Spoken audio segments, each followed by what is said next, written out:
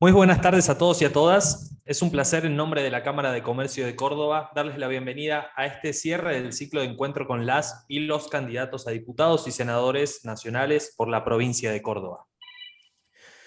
Durante las últimas semanas, la Cámara de Comercio de Córdoba le ha abierto las puertas a los diferentes espacios políticos que participarán en las próximas elecciones primarias abiertas, simultáneas y obligatorias del próximo 12 de septiembre, donde se definirán las listas que participarán en las elecciones generales del próximo 14 de noviembre del corriente año. Agradecemos la participación destacada del licenciado Julio Bárbaro, escritor y analista político de extensa trayectoria. Señores miembros del Consejo General de la Cámara de Comercio de Córdoba, presidido por José Viale, representantes de entidades empresariales, colegas, comerciantes amigos y medios de comunicación. A los fines de realizar la apertura formal de este espacio y darles la bienvenida, invitamos al presidente de la Cámara de Comercio de Córdoba, José Viale. Bueno, muy buenas tardes. Nuestro visitante no necesita de mucha presentación, pero la formalidad tenemos que cumplirla. Julio Bárbaro es licenciado en Ciencias Políticas, se ha desempeñado como diputado nacional entre los años 1973, 1976 y 1983-1985. Ha sido secretario de Cultura e interventor del CONFER. Es autor de numerosos libros, entre ellos como Bronca y Esperanza, Pasiones Razonadas, Juicio a los 70, 1973, El regreso de General Perón, Hablemos de política, Lejos del bronce, Poder y comunicación. A su vez, es columnista de opinión en importantes medios gráficos del país, como Infobae, Diario Los Andes, entre otros. Es un peronista, confeso, y muy confeso. Ha militado mucho en ese sector político y ha participado mucho, como hemos reseñado, pero no le tiembla la voz cuando tiene que criticarlo, ya sea en conjunto o a algún sector determinado de dicho grupo. Es también un importante analista político, muy consultado y muy atento a la realidad nacional, siendo sus reflexiones muy agudas, en las cuales demuestra una muy buena capacidad intelectual, una gran preparación, pero lo más importante, una gran experiencia. Hoy tenemos la posibilidad de escucharlo para que nos brinde su visión respecto de esta contienda electoral, en la que no ha habido abundancia de propuestas por parte de los candidatos. Todo lo contrario, se han ventilado todos y cada uno de los defectos y errores de los circunstanciales adversarios, sin que ninguno de los sectores haya hecho propuestas que sean verdaderamente novedosas y atractivas. Bueno, nos interesaría entonces saber cuál es la opinión que tiene don Julio Bárbaro sobre qué es lo que va a ocurrir en estas elecciones PASO. Gracias. Muchísimas gracias, José. Ahora sí, sin más preámbulos, invitamos al señor Julio Bárbaro a compartir su visión sobre el escenario político, económico y social de cara a las próximas elecciones. Adelante, Julio. Gracias por la invitación.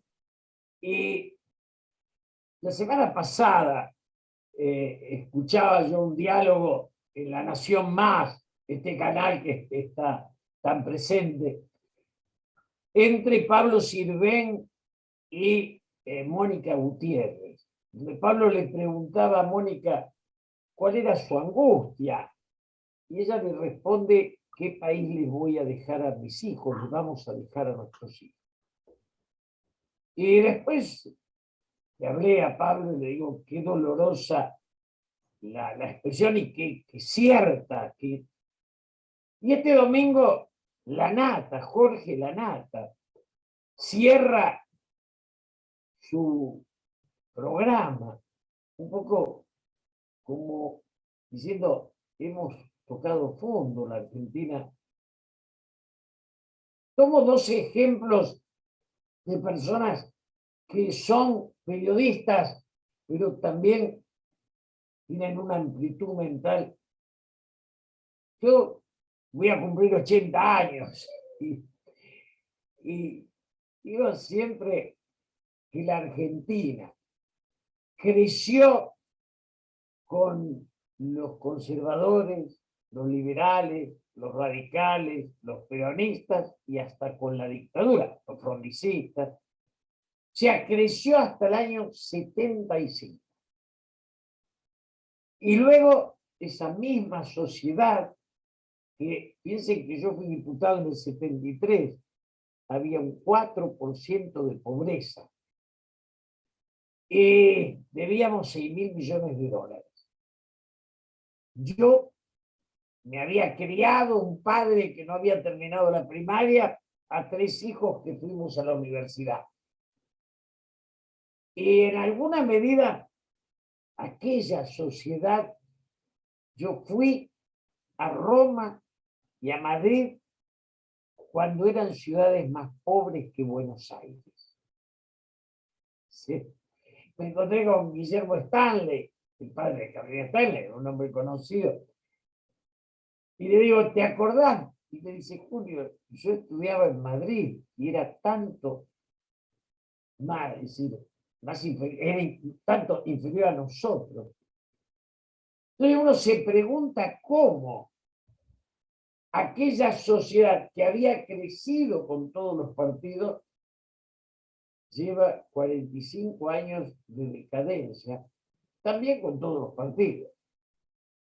En lo personal, yo cuando tengo que reivindicar al presidente, lo hago con Raúl Alfonsín. Digo, fue el último que intentó que la democracia fuera o condujera al sindicalismo y a los poderes económicos. Una pulseada que perdió, pero hubo un intento de esa democracia. Yo estaba de diputado por el peronismo, por Ítalo Argentino Luder. Habíamos perdido y en buena ley. Y ese radicalismo tenía en mi generación a la coordinadora radical, que, digamos, era una promesa. Y el peronismo generó como alternativa a esa coordinadora la Renovación Peronista. En esos dos grupos había casi 20, una veintena de cuadros que podían ser candidatos a gobernar la Argentina. No una nueva generación política que se frustra. Yo me acuerdo del Chacho Jarolá. Chacho, un personaje maravilloso, un apasionado, que esperaba de nosotros. La coordinadora radical, mis amigos, había superado a De la Rúa y la Renovación Peronista había dado por superado a Carlos Menem. Ambas generaciones van a retroceder. Aquellos dos personajes que habían dado por superado. Y en mi descripción de esa realidad, es mi mirada, el peor gobierno es el de Menem, porque Menem le dice a los poderes en juego, les regalo el Estado. Somos el único país del mundo que destruyó el ferrocarril, no hay otro caso. Porque privatizar es importante, destruir no es privatizar. Y en alguna medida quedamos en una sociedad que vivió su momento de gloria y terminó en un endeudamiento, en un estallido. Yo he sido amigo de Carlos Menem, como he estado al lado de Néstor Kirchner y he estado al lado de Mauricio Macri. Digo, no tengo culpa que no tenga que pagar, mis deudas son absolutas. Con Menem duré 2 años y me fui mal, me pareció que ese camino era suicida. Era la decadencia en serio, era la frivolización de la política. Mientras países hermanos como Uruguay, como Brasil, como Chile, vivían momentos de reconstrucción de la política, nosotros la frivolizábamos. Y luego viene De la Rúa, y vamos a tener a Néstor Kirchner. Néstor, yo estuve muy al lado de Néstor, con Alberto Fernández. Para Menem el poder era secundario. Alfonsín intentó las instituciones. Menem destruyó el Estado.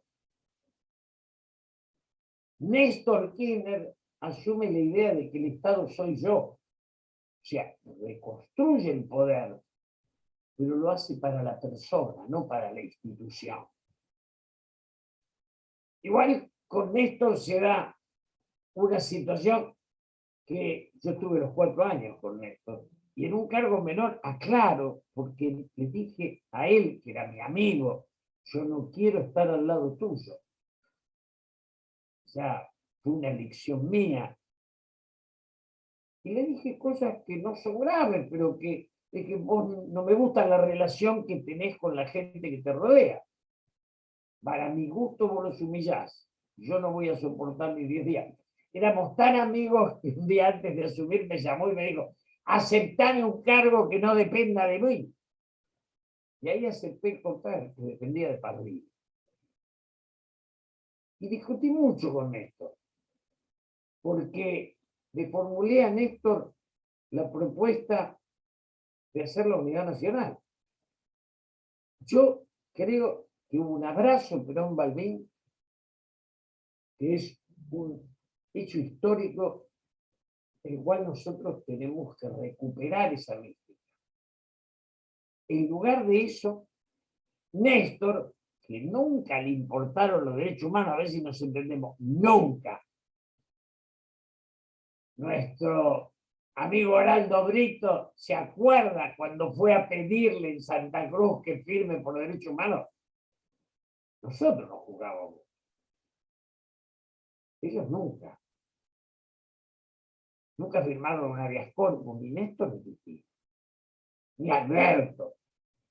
Ninguno de ellos viene de esa supuesta izquierda que luego inventaron como un decorado para su pragmatismo.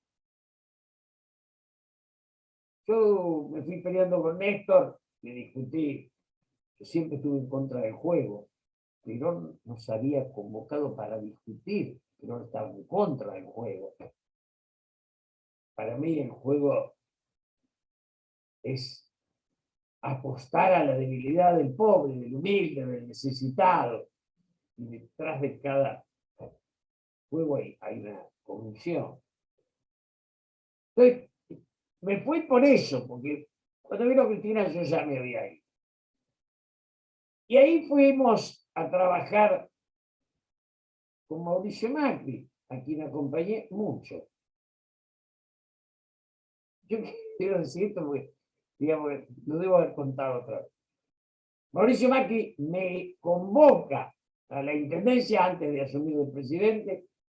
Estaba él, Durán Barba, Gabriela Michetti y Federico Pinedo. Y me dice, ¿qué pide usted? No me lo dice Mauricio, que me tuteaba, sino Durán Barba, para ingresar al PRO. Y yo le contesto,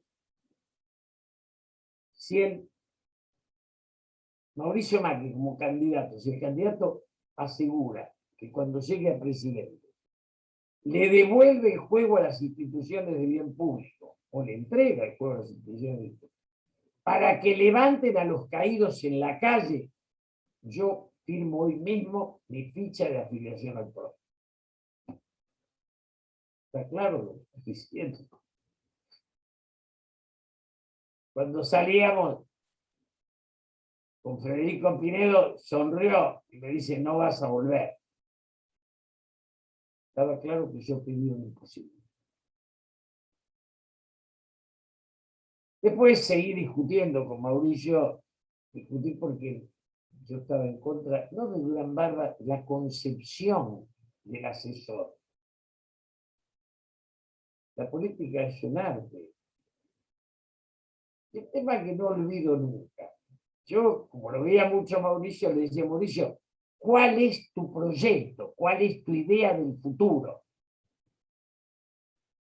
Un día me envió con uno de los que después fue su ministro, que nos sentamos a tomar un café y me dijo, Julio, eso es antiguo. Hoy el rumbo de los países lo hacen las empresas. Yo me retiré de ese café angustiado, consciente de que esa estructura iba a chocar, de que ese fuera un rumbo de la sociedad.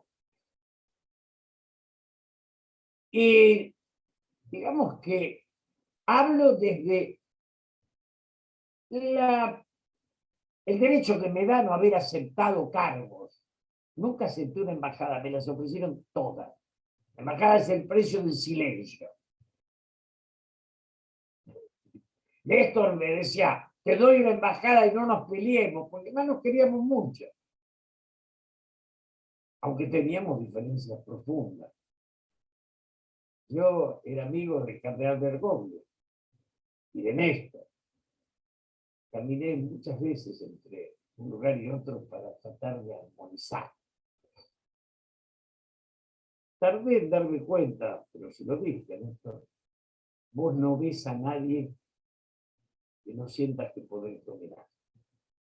Era una construcción del poder.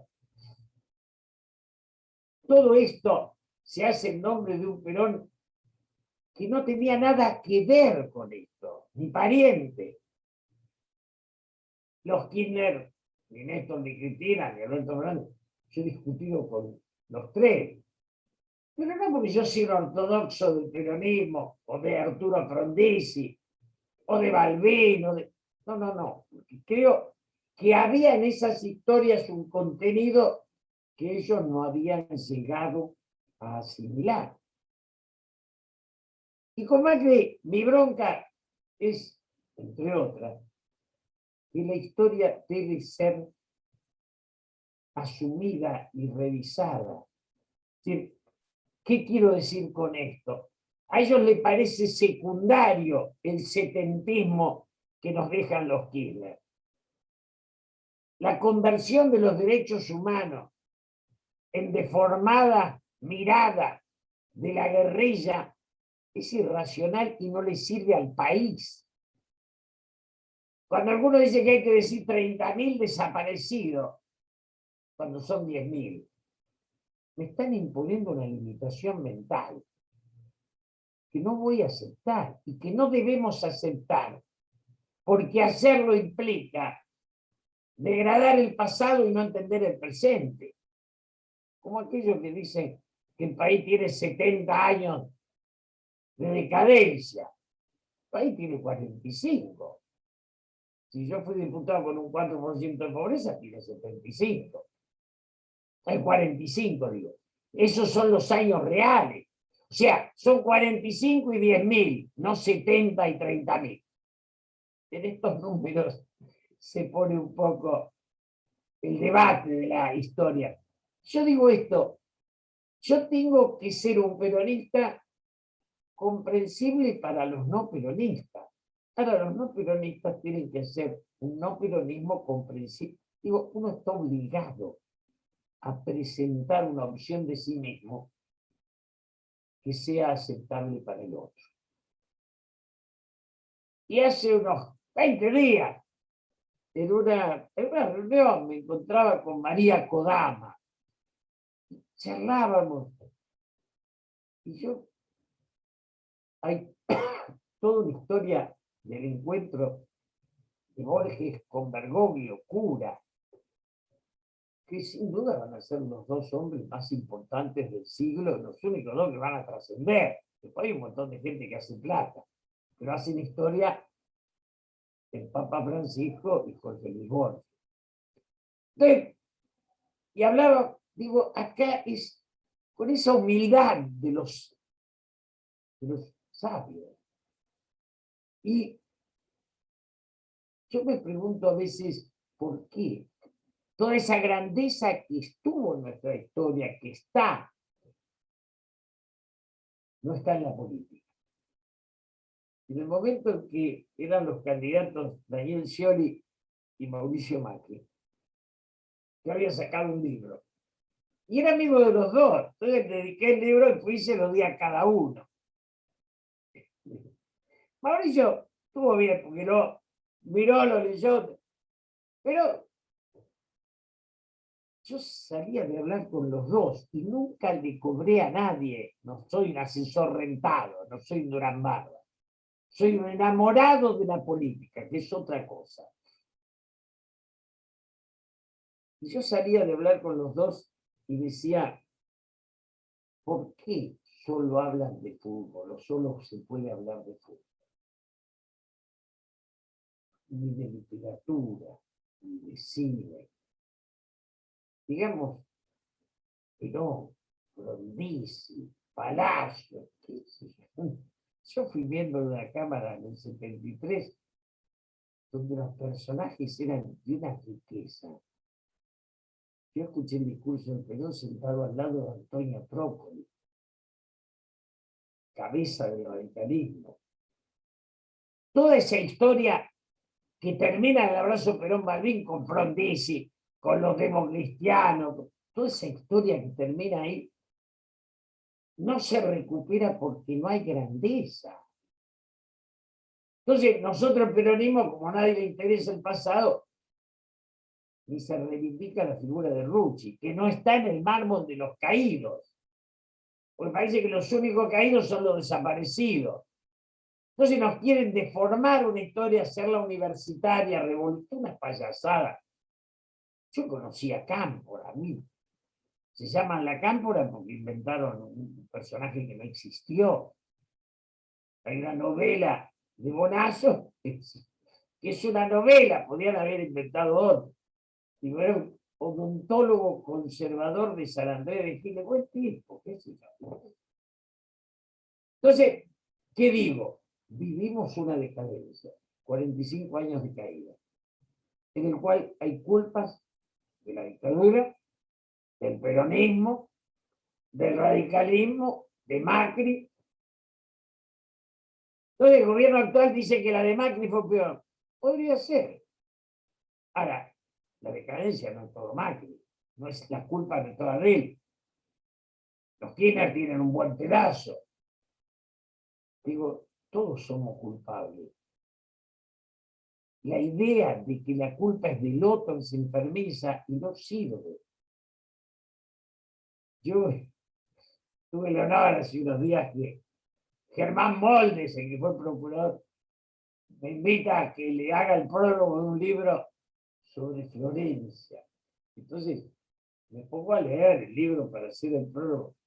Claro, me encuentro con los Medici y me encuentro con aquellos ricos que trascendían por el arte, que se deleitaban en el mecenazgo, que debatían la cultura, la intelectualidad. Y yo, con mis años, tuve largas charlas con Rogelio Frigerio, abuelo, que tenía una concepción dura de la política. También la tuve con José Bergelba, que era otro, además los dos se habían peleado, pero en su juventud dejaban de trabajar en sus empresas para ponerse a estudiar a Marx a la noche. Digo, esos empresarios que... Y yo leía a los Medici, veían esa voluntad de hacer, de tener presencia en el mundo, de hacer de su zona, Florencia, algo trascendente. Había artistas, sí, pero había banqueros desesperados por apoyarlos. Y entonces, digo, esa concepción del futuro y del hombre es la que hace una etapa de historia. Yo me pongo a mirar. Perón tenía como su defensor, su periodista preferido a Mordisquito, que era Enrique Santos Discépolo. Y a veces si me pongo a escuchar, a leer siglo XX, digo, era 20 y 21. Y esa descripción, los inmorales nos han igualado. Digo, esta es la crisis. Ahora, también la historia me dice que aquella Alemania de Hitler después dio a Merkel 18 años conduciendo una sociedad y cuando se despide es un país aplaudiendo. La humildad, el talento. Y claro, qué sé yo, en Inglaterra que dio a Churchill, hoy tiene un Boris Johnson que no es como el nuestro, pero digo, las idas y vueltas de la historia. ¿Y qué opino? Pienso que hemos tocado fondo, por eso decía la Nata, Mónica Gutiérrez, aquellos testigos, periodistas que dicen hay que salir. Y pienso, y repito siempre, no hay capitalismo sin burguesía industrial y comercial. Si aquellos que son el motor económico de la sociedad no están presentes, el ejemplo más claro es Brasil, la burguesía paulista. Ahí está el nervio de esa voluntad de ser nación que tiene Brasil. Y ahí, digo, yo agrego, en mi infancia, yo me crié en un país que se reflejaba en Europa. ¿Cómo es la política europea? Socialdemócrata, social cristiana, con todos los ciudadanos adentro. Y en un momento dejamos de ser imagen de Europa y empezamos a intentar imitar a Estados Unidos. ¿Cómo es Estados Unidos? Y siendo el país más rico del mundo, Obama no pudo lograr imponer la salud para todos. En Europa, la salud y la educación son un bien colectivo, no son socialistas. Han hecho un capitalismo integrador, que fue la Argentina hasta el 75, que fue con los conservadores, con los radicales, con los peronistas, y que dejó de serlo. Y hay una cosa que para mí es clave. ¿Por qué nosotros estamos tan mal en relación a países como Uruguay, como Chile o Brasil, como Bolivia? En mi infancia éramos muy superiores a esos países. Y hoy estamos debajo. Entonces, lo que me pregunto es, ¿por qué en semejante crisis la política, en lugar de debatir cómo generar riqueza y generar trabajo, discute tan solo cómo administrar la miseria? Esto me parece lo grave. La política hoy no está a la altura de la necesidad de la sociedad. Entonces, la calle, uno camina y quien lo conoce o no lo conoce, lo para y le dice, ¿habrá salida? Hay. Y uno se queda en silencio, porque debe haber salida. Hemos tocado fondo, tenemos conciencia. Como el alcohólico, cuando toma conciencia puede empezar a salir. Pero me parece que la sociedad todavía no tomó conciencia de que solo entre adversarios se puede construir el futuro. Entre enemigos no hay mañana. Si el proyecto de Alberto es uno, el de Cristina, y el de Macri es otro, ¿cómo es la democracia? ¿Cómo es Uruguay? Hay dos acentos, un acento que era Mujica y un acento que era Sanguinetti, pero el proyecto de Uruguay es uno. se diferencia el acento, no el rumbo. Entonces, ¿qué digo? Digo, hay que enamorarse de la política y hay que ser conscientes que la opción de salir está en nuestras manos. Aquella Europa que era el reino de la guerra y de la muerte, en un momento se encontró hace 70 años en la comunidad económica del carbón y del acero. Y empezaron a hacer la Europa de la unidad. Y eso tenemos que hacer nosotros con los países hermanos. Y esa me parece que es la base de empezar a debatir un país. ¿Qué producimos y cómo damos trabajo?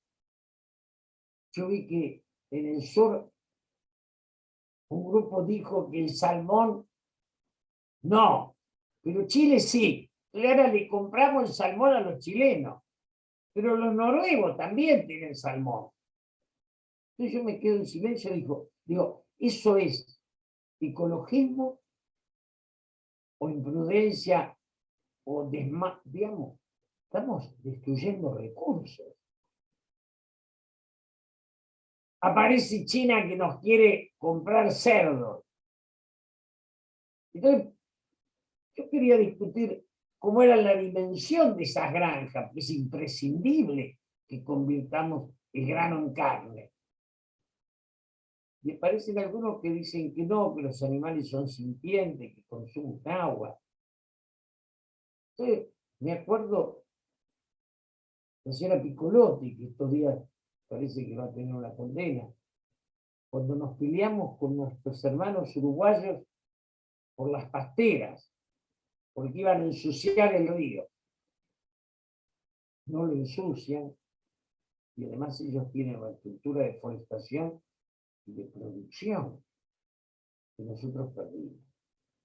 Digo, no porque estoy contra la ecología ni remotamente, creo que la ecología es clave, pero que no todo puede terminar siendo una limitación.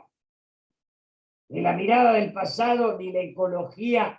Entonces, me parece que estamos en un punto donde tenemos que obligarnos a recuperar la sociedad, porque cada uno de nosotros sabe que su empresa, pequeña, mediana o chica, vale en la medida en que tenga valor la sociedad en la que habita.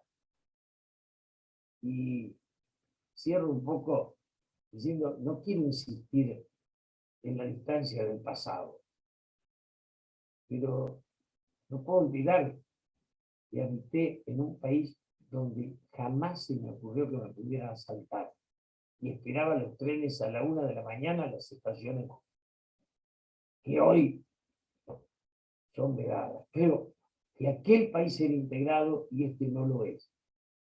Y que el capitalismo necesita de una burguesía industrial que apoye la salida y que hoy la política argentina es de una enorme pobreza y no refleja las necesidades de los que tienen trabajo, de las divisas que no tenemos. Estamos en un momento clave. Yo digo, es hermoso poder plantearnos, tocamos fondo y trascender y ser capaces de formular, de devolverle a la sociedad un proyecto de país. Estamos en el punto justo. La situación, tristísima. La opción está en nuestras manos. Me parece que esta es la síntesis. La política no lo refleja. La presidencia es débil. Tratemos de debatir y construir entre nosotros una sociedad fuerte. Espero la pregunta de ustedes. Muy bien, Julio. Muchísimas gracias por tu disertación y por tus palabras e ideas. Ahora sí es el momento de trasladar algunas preguntas e inquietudes para nuestro público. Y metiéndonos también un poquito más en la contienda de campaña de estos tiempos agitados que estamos viviendo y de los temas que están en la agenda pública, ¿no? Julio, ¿qué podría aportar al debate de la reducción de la jornada laboral que se estuvo dando en las últimas semanas y que también forma parte de algunas de las propuestas de los candidatos que se van a presentar en estas elecciones? Yo creo que poco, que lo nuestro básicamente, las leyes laborales son más importantes que la reducción de la jornada, para mí, justo. Porque cualquier empresario sufrió una serie de juicios que lo limitan a dar un paso a tomar nuevos empleados. Sí, creo que hay que, lo que vaya a reducir la jornada parecería que no lastima a nadie, y debatir las leyes laborales lastima, pero hay que empezar a tomar las cosas que lastiman. Muy bien. Vamos con la segunda entonces. En un contexto de desaceleración del consumo, tenemos la siguiente realidad: que frente a los salarios que no le ganan a la inflación, las pymes hacen un gran esfuerzo por actualizarlos y además tienen que luchar por mantener sus estructuras y sus rentabilidades. ¿Cuáles serían las reformas que por ahí se deberían encarar para que la rueda del consumo y el crecimiento vuelva a funcionar, o al menos volver a los niveles que se registraban en el año 2019? O sea que había un teorema de un sábado, Jorge, que decía que el triángulo era Estado, privado, tecnología. Que esto se ve muy bien en Israel. O sea, el Estado al servicio del privado y la tecnología, ese triángulo. Yo tengo empresas chiquititas, pero jamás logré que un funcionario político se le ocurra pensar qué había que hacer en la zona. Entonces, el INTA, el INTI, ciencia y tecnología, todo ese espacio enorme que tiene la ciencia en Argentina, parecería que en muchas miradas es socialista. No está al servicio del empresario. Si nosotros no ver, y ni digamos el Estado tiene que ser capaz de entender que los sectores productivos del agro son clave para nuestra sobrevivencia. También el agro tiene sus limitaciones, pero de ese compromiso, o sea, me parece que los temas centrales lastiman algunos intereses, pero son imprescindibles. O la política se compromete con el capitalismo, o tenemos la enfermedad de hoy, que no sabemos cuál es nuestro rumbo. Y dentro de esta disyuntiva que usted comenta, y considerando también los cambios en los comportamientos de los consumidores que se vieron afectados por la pandemia, y a su vez teniendo en cuenta estos cambios tecnológicos que usted mencionaba, ¿cuál sería el rol del Estado dentro de esto y cuáles serían las medidas con las que podría acompañar para esta reinvención? El rol del Estado, primero, es asumir que la iniciativa privada es motor de la creación de bienes. Porque acá lo que tenemos es un conflicto de un país capitalista con un Estado con concepción socialista, que nunca fue eso el peronismo, jamás. Hay un libro que sacó un amigo mío, Mariano Causino, que es El Perón que no vimos, que marca los conflictos de Perón con los temas reales, con Estados Unidos, con las leyes. Entonces, creo que el asunto central es un Estado donde gobierno y oposición coincidan en el mismo proyecto. Esto es imprescindible. Y que asuman que la iniciativa privada es esencial al crecimiento. De lo contrario, degradamos el subsidio.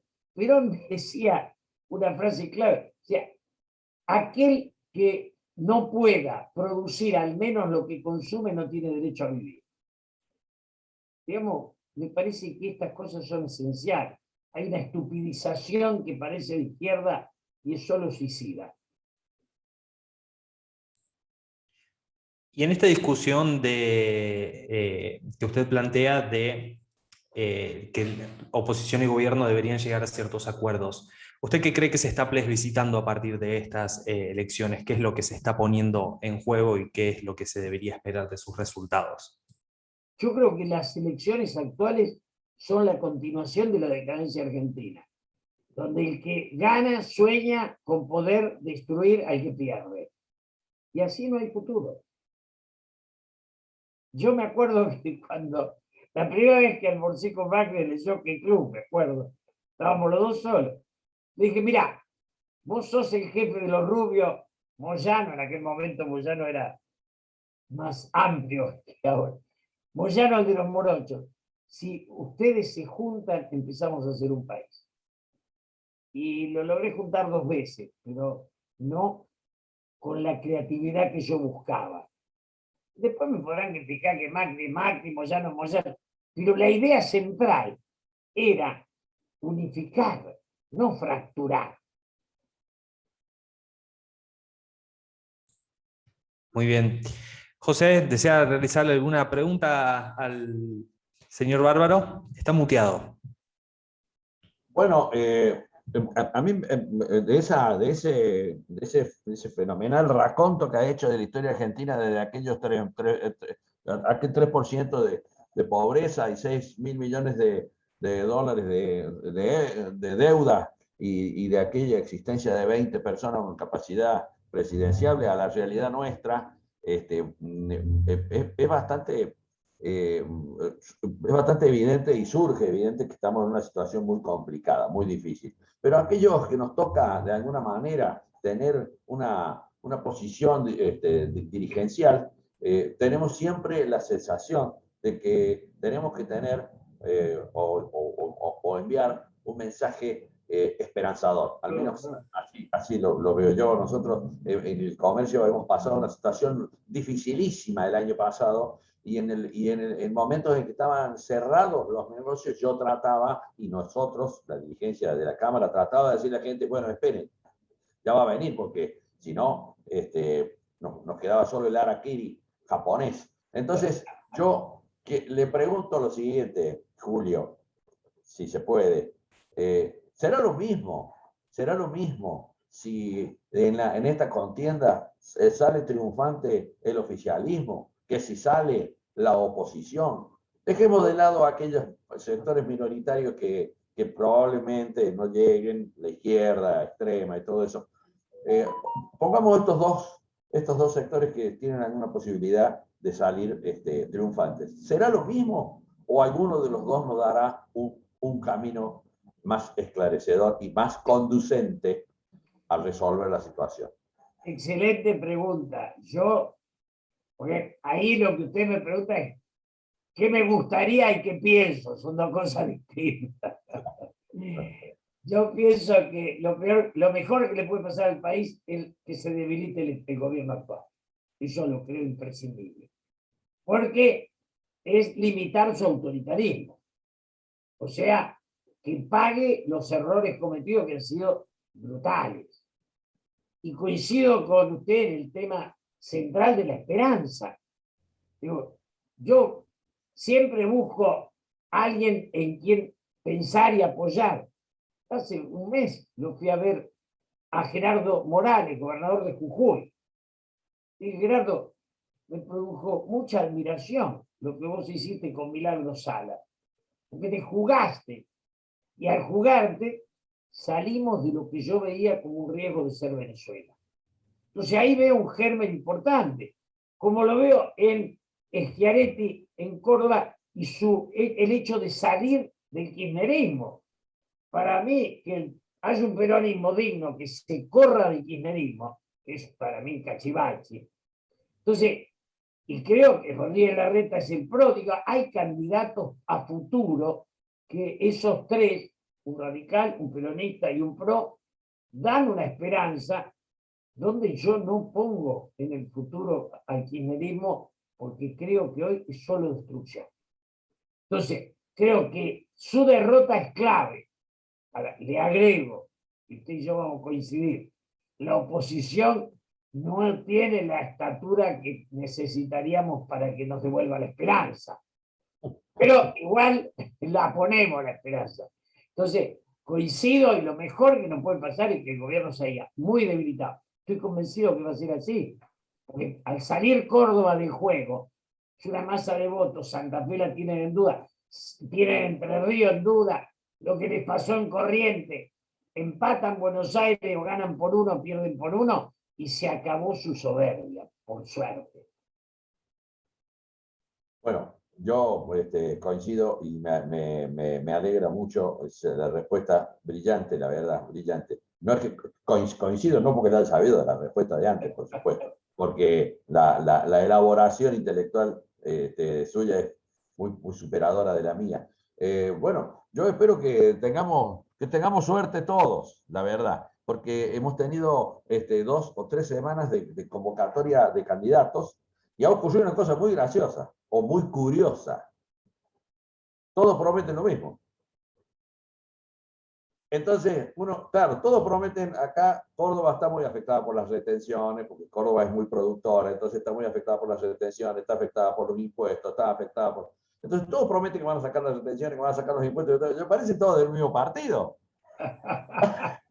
Pero no, esto es una tomada de pelo, porque ¿quién me cambia las cosas? Pero en el fondo, hay 2 posturas diferentes que son las que ha puesto de manifiesto. Y bueno, yo comparto, aunque no debiera compartir, porque nosotros no, se supone que no hacemos política. Bueno, yo no sé cómo sigue este encuentro.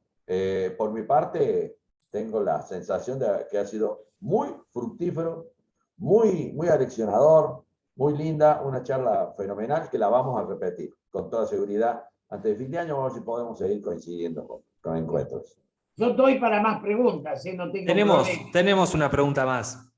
Dentro del espectro del público tenemos a medios locales que también están siguiendo el evento, y en este sentido Jorge Quevedo del medio Nexus pregunta: usted, Julio, habla del arte de la política. Nosotros, los terrenales comunes, evidentemente compramos la obra, una obra.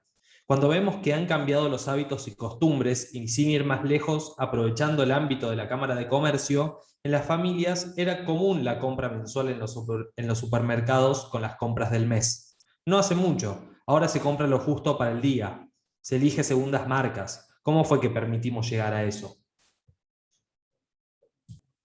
Yo digo, los países se piensan y hay algunos elementos que nosotros como sociedad vamos a tener que revisar. El primer tema es que la producción nacional en todos, en los chinos, en Estados Unidos y en Europa, tiene ventajas enormes sobre la importación. Entonces, nosotros sustituimos importaciones desde el 30 hasta el 75. Luego alguien dijo, eso no va más, y entramos a comprar. Comprar afuera tiene 2 elementos clave: genera deuda y destruye trabajo. Entonces, yo soy liberal en el sentido de lo productivo desde ya. Ahora, ningún país del mundo se le ocurrió que era lo mismo comprar afuera que producir adentro. Y si uno agarra a China, China es el ejemplo de la combinación entre la energía de la creatividad privada y el Estado que piensa el destino. Entonces, me parece que es clave que tengamos la idea de que el estatismo y el liberalismo son instrumentos, no dogmas. El Estado, me acuerdo cuando Perón volvió, porque después dice que era estatista. Primero, los gremios del Estado nunca fueron peronistas, nunca. Y después dijo, me fui de la Argentina dejando 250 empleados en la Casa de Gobierno. Vuelvo y hay 2.500. Así no se puede hacer un país. Eso era Perón. Después inventábamos un Perón que era como el Turco Menem o como Kirchner, pero que esa historia era de ese nivel. Entonces, me parece que lo esencial es, sin proyecto patriótico, no hay patria. Nadie puede hacer crecer aquello que no ama. Y hay algo que nos da envidia de los chilenos, los uruguayos y los brasileños, ¿Qué es su patriotismo? Cualquier brasileño, chileno, uruguayo dice nuestro país es lo mejor que hay. Y nosotros tenemos un conflicto con nuestra identidad. Necesitamos volver a enamorarnos de la patria. Yo, cada tanto, reitero una frase del maestro Marichal que decía: la patria es un miedo que uno tuvo bautismo. Y la verdad, nosotros tenemos que recuperar el patriotismo. Y ahí sí, la producción nacional, el esfuerzo y el mérito al esfuerzo. Es decir, eso que nos enseñaron nuestros padres, que para quienes el sacrificio tenía el goce del resultado, pero también era una forma de vivir. Y eso se ha ido perdiendo. Entonces me parece que hay muchos valores de nuestra identidad que tenemos que recuperar. Solo lo político, lo colectivo, puede devolvernos lo económico, que es lo que planteaba la pregunta.